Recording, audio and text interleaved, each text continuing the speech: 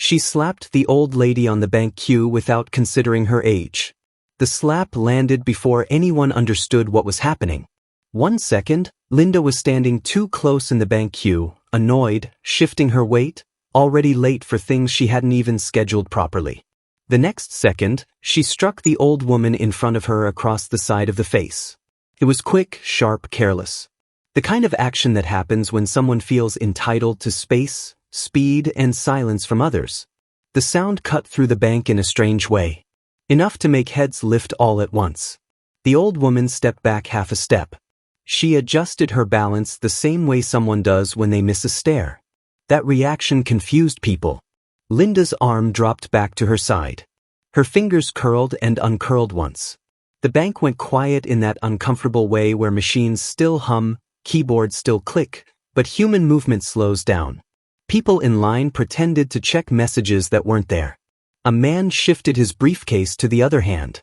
A woman near the door frowned and then looked away. No one spoke. Linda expected something. A shout. A reaction. Security rushing over. The old woman turning around angry. None of that happened. The grandma stood there for a moment, steadying herself, then slowly turned around. She looked at Linda. Her eyes were clear. Alert. Not confused. Not weak. They carried something firm, like someone who had seen this kind of behavior before and already knew what it meant. That look lasted longer than Linda liked. Then the old woman turned away and stepped out of the line. That was the part that didn't make sense. People usually stay and argue. Or complain. Or demand help. She did none of that. She walked calmly toward a small desk near the manager's office, the kind usually used for paperwork help or private discussions. Linda stayed where she was. Her body felt warm now. Her face flushed. Her jaw tightened. She told herself the woman had bumped her first. She told herself people should pay attention. She told herself it wasn't that serious. The line slowly started moving again, but not normally. The energy had changed. People left extra space between themselves and Linda. No one stood close behind her now. She could feel judgment without anyone saying anything. She reached the counter. The teller took her ID and typed something into the computer. The teller's fingers paused. That pause stretched. Linda shifted her weight again. Her foot tapped the tile. Her irritation grew back quickly, replacing the brief discomfort she'd felt seconds earlier. The teller glanced toward the side desk. Linda followed the glance. The grandma was now sitting with the branch manager. Papers were laid out in front of them. Not random forms. Organized folders. The kind that looked important even from a distance. The manager leaned in slightly while listening. His posture was different from how he spoke to regular customers. More careful. More attentive. Linda didn't fully notice it yet, but something about that felt off. The teller looked back at the screen, then back at Linda, then back down again. The teller stepped away from the counter without explanation. Linda stood there, suddenly unsure what to do with her hands. She glanced around. People avoided her eyes. A man 2 places back shook his head once, slowly, like someone disappointed in a stranger. Linda felt exposed. She reminded herself why she was there. Her father had passed a few months earlier. The grief came in waves, sometimes sharp, sometimes dull. He had always handled everything quietly. Finances. Planning. Long-term decisions. He never shared details, just reassured her that things were handled.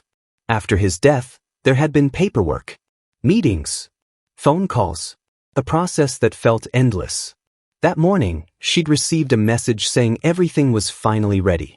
She just needed to come in and verify her identity. She assumed it meant closure. She assumed it meant money. She needed that money. Or at least she believed she did. Her life felt unstable without it. Bills. Plans she had already made in her head. The bank was supposed to be the last stop. Instead, she was standing at the counter while employees whispered and avoided her. The manager walked over. He asked her to step aside, professionally. Linda's stomach tightened. She stepped away from the counter and stood near a small seating area. The chairs felt suddenly too close together. A security guard shifted position nearby. He wasn't blocking her. He wasn't confronting her. He was simply there. The grandma remained seated at the side desk, signing something slowly. Her hand moved steadily across the page. She didn't rush. She didn't hesitate. She didn't look around. Linda watched her more closely now. The woman's clothes were simple. Well kept. Not fashionable. Not outdated either. Just practical. Her shoes were comfortable. Her bag was small. No designer logos. No flashy jewelry. Linda had ignored her because she blended in. That realization made her uncomfortable. The manager returned to the side desk. He leaned down slightly, speaking quietly. The grandma nodded once and continued writing. The folder was thick. It contained more than one document. The kind of folder that meant decisions, not errands. The manager straightened up. The grandma stood. She walked past Linda again. This time, she stopped briefly. She didn't speak. She didn't touch her face. She didn't react emotionally at all. She simply looked at Linda again, this time with a clearer expression. Not disappointment now. Something closer to resolve. Linda felt something drop in her chest, though she couldn't explain why. The grandma continued walking and entered the manager's office. The door closed behind her. The sound of that door closing felt louder than the slap. Linda sat down. Her knee bounced. Her phone buzzed with a low battery warning. She ignored it. The bank felt different now.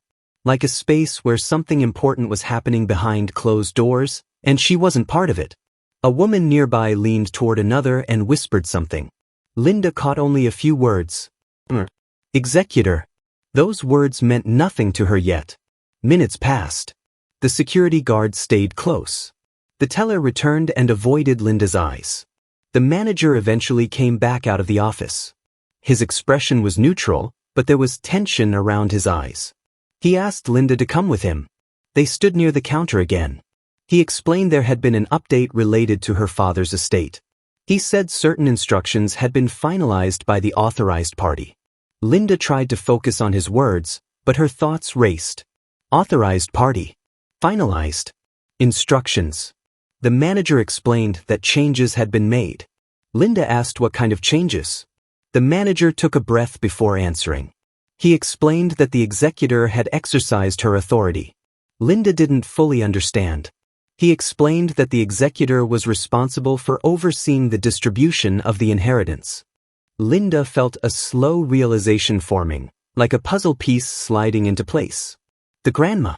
The manager explained that the executor had come in that morning to complete the release. The same morning. The same time. The same line. Linda felt her mouth go dry. The manager continued explaining that following the incident, the executor had made a different decision. The inheritance would not be released to Linda. Linda's head felt light. The manager explained that the funds would instead be redirected. Donated. Immediately. Legally. Nothing could be undone. Linda stood there, her arms heavy at her sides, the sounds of the bank fading into the background. The slap replayed in her mind. The small movement. The careless moment. She understood then. The grandma hadn't been delaying the line. She had been there for Linda. And Linda had ended it with one thoughtless act. Linda didn't leave the bank right away. She stood near the glass doors long after the manager stopped talking. People moved around her, stepping carefully, like she was something fragile that might break if touched. The guard glanced at her once, then looked away. No one asked if she was okay. No one needed to. Her face already said everything. The word executor kept repeating in her head. She knew what it meant now, at least enough to understand the damage. Someone her father trusted more than her. Someone with legal power over everything he left behind. Someone she had slapped. She pushed the glass doors open and walked outside into the parking lot. The sunlight felt too bright. The air felt sharp in her lungs. She unlocked her car and sat inside, hands resting on the steering wheel, staring straight ahead. She expected anger to show up first. Or denial. Or some kind of fight response. Instead, she felt small. Her phone finally died in her hand. The screen went black, cutting off the messages she hadn't read yet. She dropped it into the cup holder and leaned back against the seat. Her father's face came to mind, not the version from the hospital, but the older one, the steady one. The man who planned ahead. The man who always said, "People show you who they are when it costs them nothing." She had laughed when he said things like that. Now it felt like a warning she ignored. She eventually drove home. The radio stayed off. Traffic lights blurred together. Nothing felt real yet. When she reached her apartment, she dropped her bag by the door and sat on the couch without turning on a light. The quiet felt heavy. Not peaceful. Not comforting. Just heavy. Her father's lawyer returned her call later that afternoon. His voice was calm. Professional. Not sympathetic. He explained everything clearly, slowly, as if speaking to someone who needed facts more than comfort. The grandma's name was Margaret Hale. Linda recognized it then. Margaret Hale had come up once, years ago. Her father had mentioned her in passing during a dinner conversation. He'd said her name casually, like someone you assume everyone already knows. "She's sharp," he had said. "Built things from nothing. Doesn't waste time." Linda had barely looked up from her phone. Margaret Hale was not just wealthy. She was quietly powerful. She owned controlling interests in several regional banks, including the one Linda visited that morning. She avoided public attention. No interviews. No charity galas. No social media presence. Her wealth wasn't loud. Her authority was. The lawyer explained that Margaret had been named executor years ago. Not as a backup. As the primary decision maker. Linda asked why. The lawyer didn't hesitate. Because her father believed Margaret would do what was right, even if it was uncomfortable. That line stung. Linda asked if anything could be appealed. The lawyer said no. The executor had full discretion. The documents were clear. The action was legal. Final. Linda hung up and sat in silence. Her mind kept replaying the bank scene, but differently now. She noticed details she had ignored before. The way staff responded to Margaret. The way the manager leaned in. The way no one challenged her presence. Linda had walked into a room where power already existed, and she had treated it like it didn't matter. That realization followed her for days. The story spread quietly at first. Not on the news. Not online. Just through people who talked. Bank employees. Customers. Business circles. The kind of story that changed slightly every time it was told, but always kept the core truth. A woman lost everything over a moment of disrespect. Linda stopped going out. She took sick days from work. She avoided calls from friends because she didn't know how to explain what had happened without sounding ridiculous. She told one friend the truth. The friend didn't respond right away. When she finally did, she said, "I don't know what to say." That hurt more than criticism. Linda tried to rationalize the situation. She told herself anyone could lose their temper. She told herself stress played a role. Grief played a role. But every version of the story ended the same way. She had acted without thinking. And the person she hurt had the authority to decide her future. A week later, Linda received confirmation in writing. The inheritance had been donated in full. Education funds. Housing programs. Community grants. Causes her father had quietly supported for years without telling anyone. Reading that list felt like meeting a stranger who shared her last name. She realized she hadn't really known her father. Not fully. He had lived modestly despite his wealth. He treated waitstaff with respect. He tipped generously. He spoke kindly to people who couldn't offer him anything. Linda had always thought those habits were old-fashioned. Now they felt intentional. She began to wonder how many times her father had watched her rush past people. Interrupt. Dismiss. Act impatient in lines. Treat service workers like obstacles. He had never corrected her directly. Maybe he believed she would learn on her own. Margaret Hale had learned long ago. Linda learned late. The weight of it settled slowly. Not all at once. In moments. Small reminders. Standing in line at the grocery store. Watching an elderly man count change. Feeling her foot tap automatically, then stopping herself. Sitting in traffic. Feeling irritation rise, then recognizing it. The loss wasn't just about money anymore. It was about understanding who she had been. Linda wanted to apologize. She asked the lawyer if that was possible. He said Margaret did not accept meetings. She wrote a letter anyway. She didn't defend herself. She didn't explain. She didn't ask for forgiveness or money. She wrote about the moment, about how she hadn't seen Margaret as a person, about how she understood now. She mailed it without knowing if it would ever be read. No response came. Life didn't stop. Bills still needed to be paid. Work still expected her to show up. Friends still asked normal questions. Linda returned to work eventually. She focused on tasks. She kept her head down. She listened more than she spoke. People noticed the change, though no one knew why. Weeks passed. The months. The story faded from conversation, but not from Linda's mind. She began volunteering on weekends, not because she thought it would fix anything, but because sitting still felt wrong. She worked at a local food pantry. She sorted donations. She spoke politely to everyone, even when tired. It didn't make her rich. It made her aware. One afternoon, while helping organize boxes, she overheard two older women talking about a large donation that had helped expand the building. One of them mentioned a name. Margaret Hale. Linda paused. The donation had funded new refrigeration units. Extended hours. More staff. The money was working now. That knowledge didn't bring relief. It brought clarity. Linda understood something then that she hadn't before. The inheritance had never been guaranteed. It had been entrusted. And she had failed that test in public. She never saw Margaret again. But she felt her presence often. The turning point hadn't been the slap. It had been everything that came after. Linda stopped counting how many times she replayed that morning in her head. At first, she replayed it to argue with herself. Then to understand it. Eventually, it just became something her mind did without asking permission. The bank. The line. The hand movement. The look on Margaret Hale's face. Not anger. Not shock. Recognition. Months had passed since then. Life didn't fall apart the way people imagine when money disappears. There was no dramatic eviction. No instant ruin. What happened instead was quieter. Slower. Harder to explain. Linda downsized her life one decision at a time. She moved out of her apartment and into a smaller place closer to work. She sold things she didn't need. She canceled subscriptions she barely used. She learned what her actual expenses looked like when there was no safety net waiting in the background.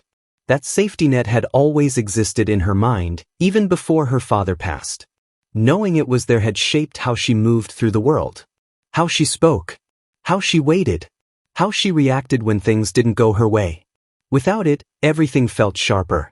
She noticed how often she used to rush. How easily irritation showed up when someone slowed her down. How quickly she judged people she didn't understand. Those habits didn't disappear overnight. They showed up in small ways. At work. In stores. On the road. But now, she noticed them. That awareness became uncomfortable before it became useful. One afternoon, Linda stood in line at the post office. The line barely moved. An older woman ahead of her struggled with forms, asked questions, double-checked addresses. Linda felt the familiar impatience creep in. Her shoulders tightened. Her weight shifted from foot to foot. Then she saw Margaret's face in her mind. Not as a threat. As a mirror. Linda took a slow breath and stepped back, giving the woman space. The feeling passed. Nothing dramatic happened. The world didn't reward her for it. But something inside her settled. That was new. The letter Linda had sent to Margaret never came back. No reply. No acknowledgement. For a long time, Linda assumed it had been ignored. She eventually accepted that she might never hear from the woman again. Margaret Hale didn't owe her closure. Life moved forward. Linda continued volunteering at the food pantry. Not consistently at first. Then every Saturday. She learned names. Learned routines. Learned how people carried dignity even when circumstances stripped everything else away. She noticed something surprising. The people who waited the longest were often the most patient. That observation stayed with her. One evening after a long shift, Linda helped clean up. As she stacked boxes, the director of the pantry approached her. He mentioned that a new program was launching. Expanded services. More outreach. Linda asked how they managed to fund it. The director smiled slightly and said they had received a large endowment. Quietly. No press. No strings attached. Linda already knew the answer.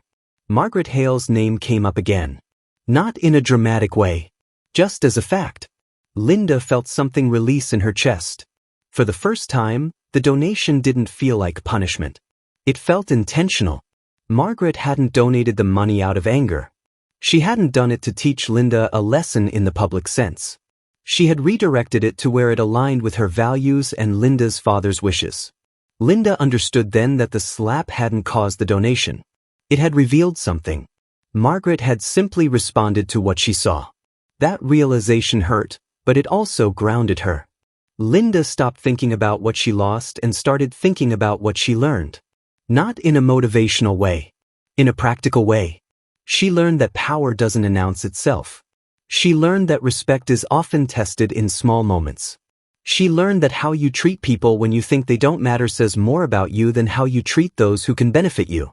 Months later, Linda received another letter.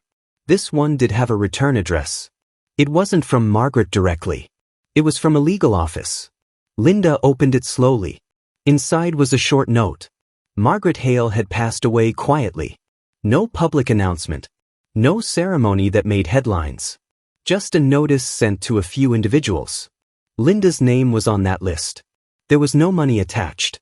No gift. No reversal of decisions. Just information. And one additional line. Margaret had requested that Linda be informed of her passing personally. Linda sat with that letter for a long time. She didn't cry. She didn't smile. She just sat there, understanding the weight of it. Margaret hadn't forgotten her. That knowledge mattered more than money. Linda attended the service. It was small, private, mostly business associates, longtime staff, and community leaders. People spoke about Margaret's discipline, her fairness, her quiet generosity. No one mentioned the bank incident. Linda didn't expect them to. She stood in the back, unnoticed, listening. After the service, Linda walked outside and stood near the exit. People passed by, shaking hands, speaking softly. She didn't recognize most of them. Then she noticed something. Several of the people leaving were elderly. They moved slowly, carefully, with patience. Linda waited. She held doors open. She offered space. She didn't rush anyone. Not to perform kindness. Because it felt natural now. As Linda walked back to her car, she thought about her father again. About the man he had been. About the trust he placed in Margaret. About the kind of future he might have hoped Linda would grow into. She didn't get the inheritance. But she got something else. Perspective. Accountability. Awareness. Years later, Linda would tell the story carefully. Not dramatically. Not defensively. Just honestly. She never softened her role. She never blamed stress or grief. She told it exactly as it happened. She slapped an old woman in a bank line. And lost everything she thought she was owed. People often reacted with disbelief. Some judged her. Some felt uncomfortable. Linda accepted all of it. Because the lesson didn't belong to her alone. Respect costs nothing. Disrespect can cost everything. And sometimes, the person standing quietly in front of you holds more power than you could ever imagine. Subscribe for more stories.